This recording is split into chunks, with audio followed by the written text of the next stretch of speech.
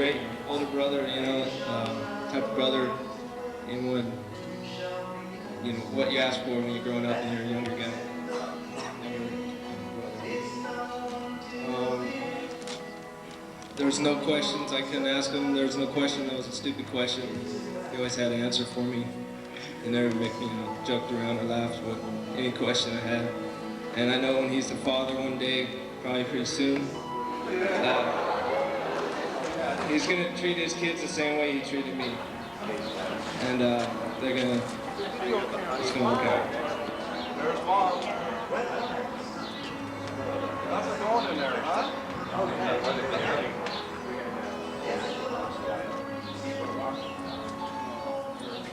I've been on camera now for a while. Okay.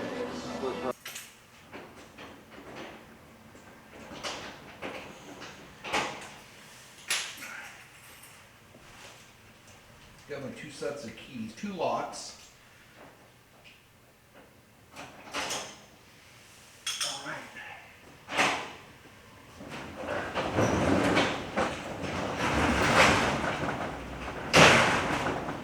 Just gonna set this in here somewhere.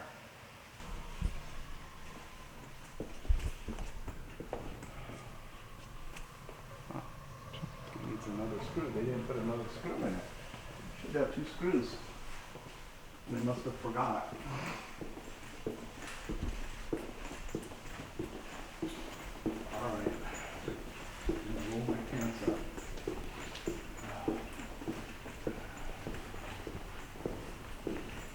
Yeah, it's still raining.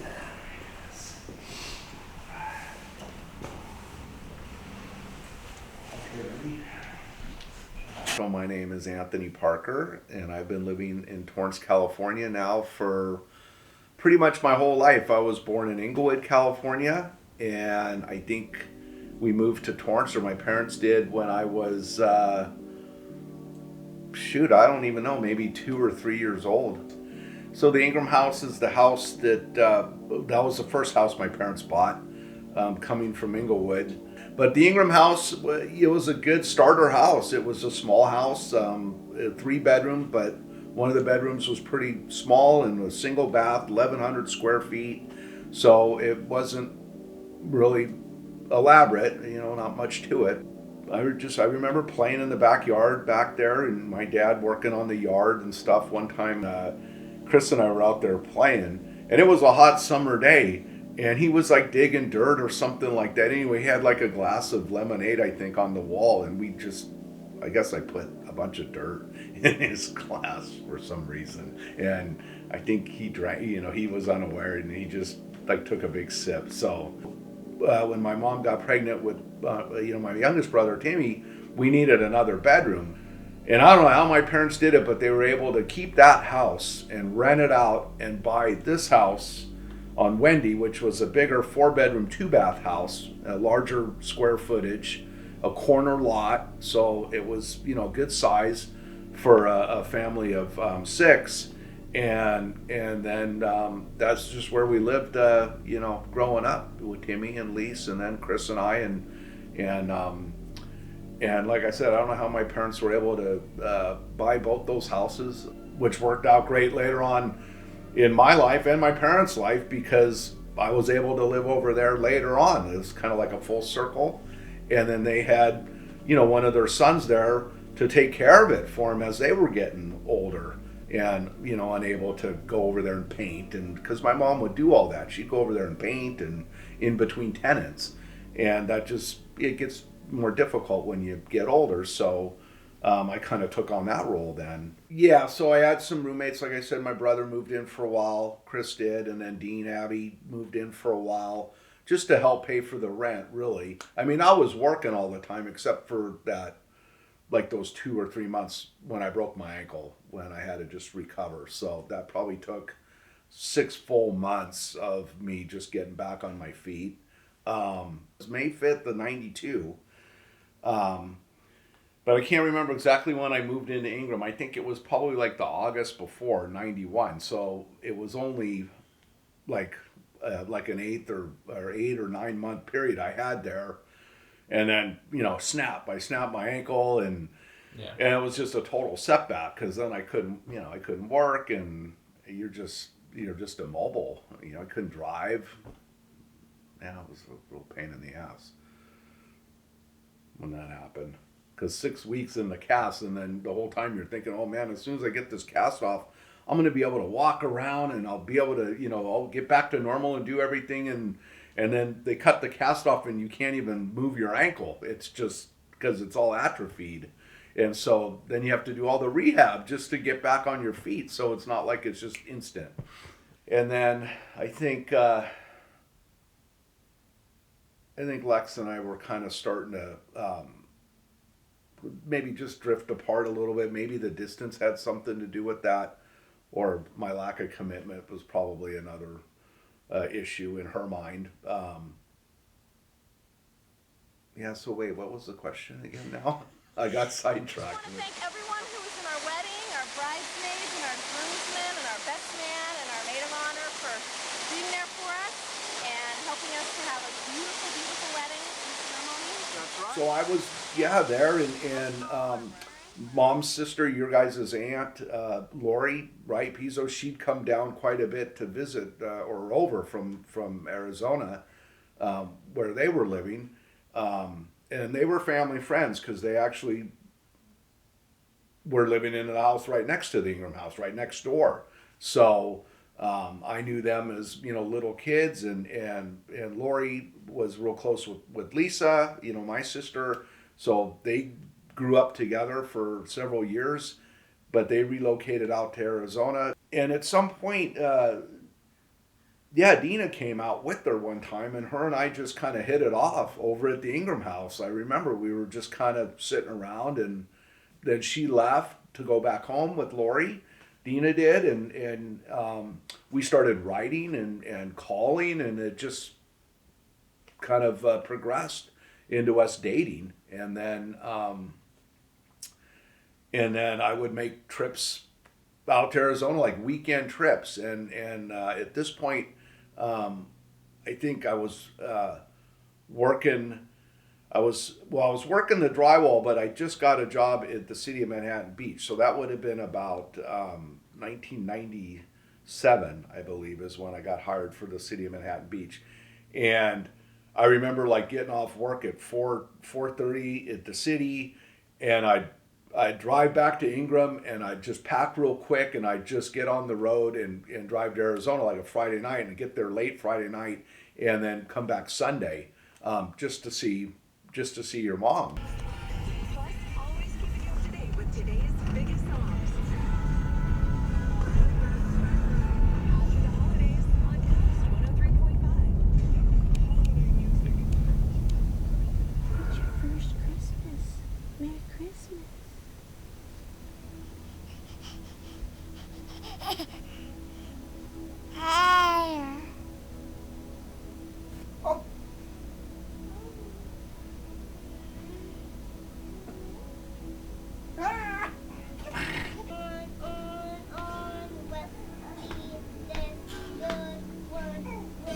Just trying to work it out, and I'd like to be able to leave my kids something like my parents did for me, because I feel very blessed that they were able to do that, for their kids. So I don't want to be too far away to where I can't be close to them.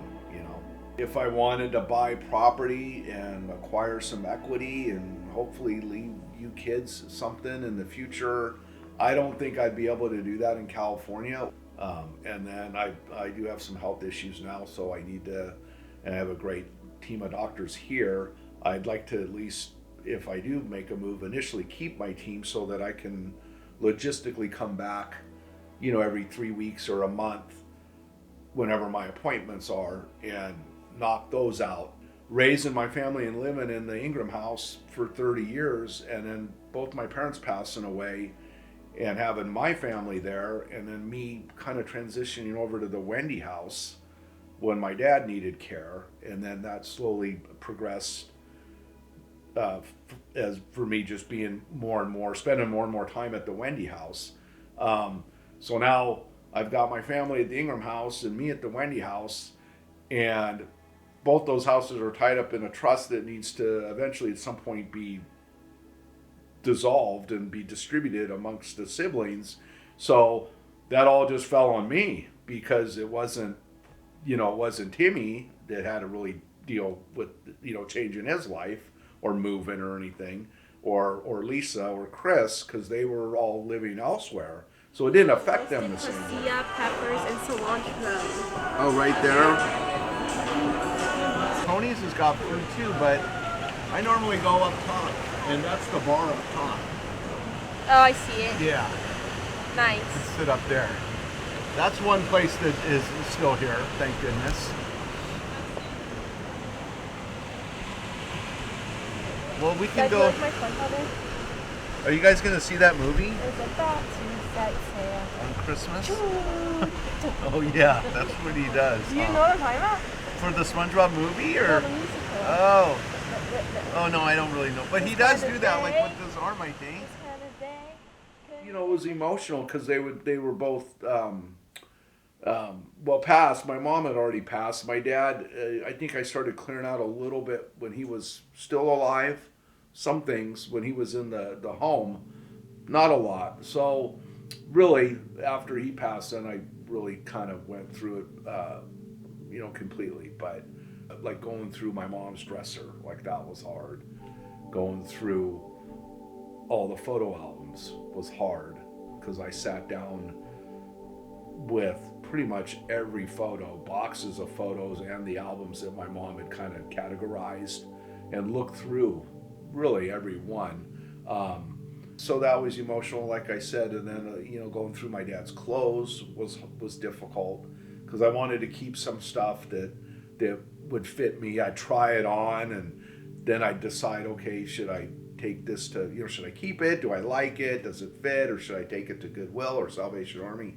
So it was a lot of decisions, and I felt like I was doing that pretty much by myself. Boy, a lot of pictures, like my dad, one in particular, I remember I saw he was building a hawk house for Timmy in the backyard, and so it was my dad and Timmy in the picture in the backyard here at Wendy, and my dad was like working, and they had most of it completed because Tim at that time was into like birds of prey, and so I think he was kind of pursuing that, being like a falconer, and so my dad was building this hawk house, so that he could put a hawk or a falcon or something in there sometime, but Tim was pretty young still, and I just thought that was so cool because I was already like moved out, of the house. So Timmy was the youngest, and so like to me, I took no part in that. Like I wasn't here to help.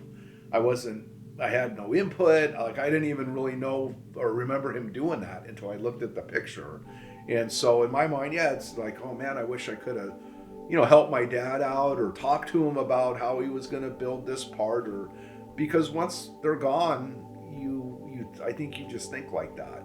Like, I wish I was more involved. I wish I, had more conversation. Like, I would have never remembered that ever even happening or thought about that if I hadn't seen that picture. Like, oh my gosh, that's so cool of my dad to do that for Timmy.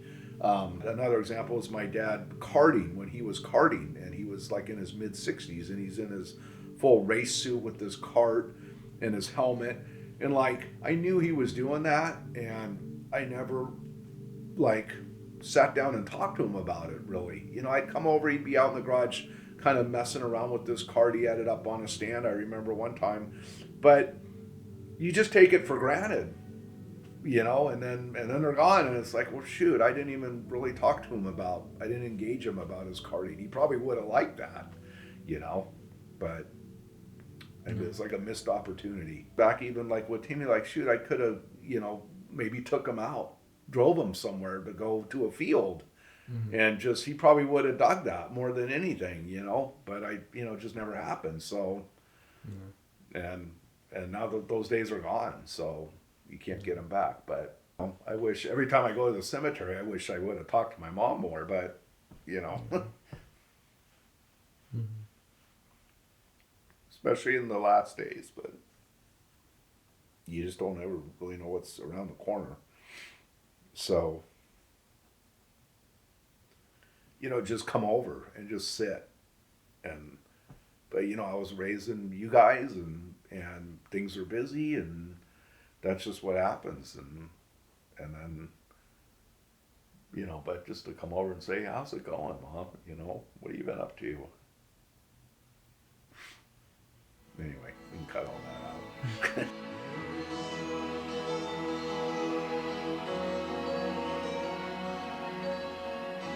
And my wish for them is that they always remember this moment, these special times, exactly how they feel right now. And when things get really, really rough, which I'm sure they will. Great older brother, type of brother That they in remember what you asked for when you growing up and you're a younger guy. right now. There was no questions I couldn't ask him. There was no question that was a stupid question. He always had an answer for Try to me. get that feeling back again.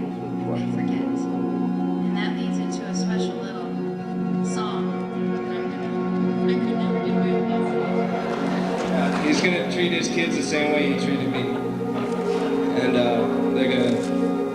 it's gonna work out real good. He'll be a great dad. He showed me about engines growing up. He taught me. He was the guy that held me on the skateboard, and I was in the front. He held me there and taught me how to ride a skateboard, and taught me how to play guitar. This is one when I was little, took off my training wheels and told me that I had to learn to ride without the training wheels on.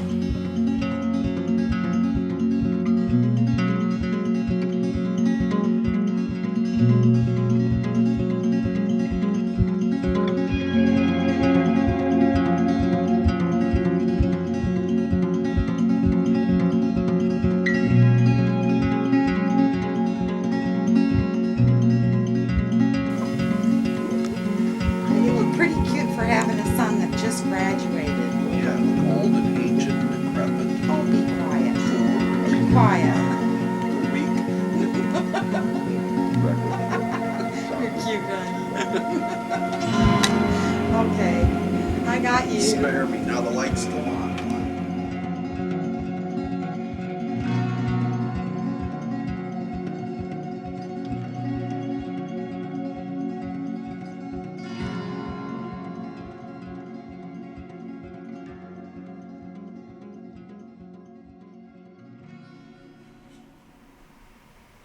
But when I bought these, they didn't have remanufactured ones like they do now. Now they got them remanufactured. Brand spanking new, no dents. I don't know. Easy.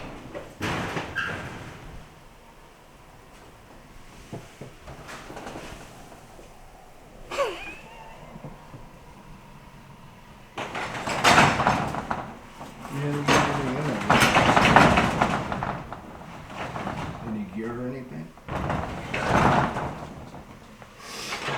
So at some point, I'd like to go through all that stuff again, because it's been like 4 or 5 years now, and I forgot everything that I really have and where everything is, and you just stuff it away in a storage unit, and it gets tucked away in there. So at some point, if I get a house at some point, I'd like to pull all that out and go through it again and kind of set it out, or at least some of it, so other people can see it.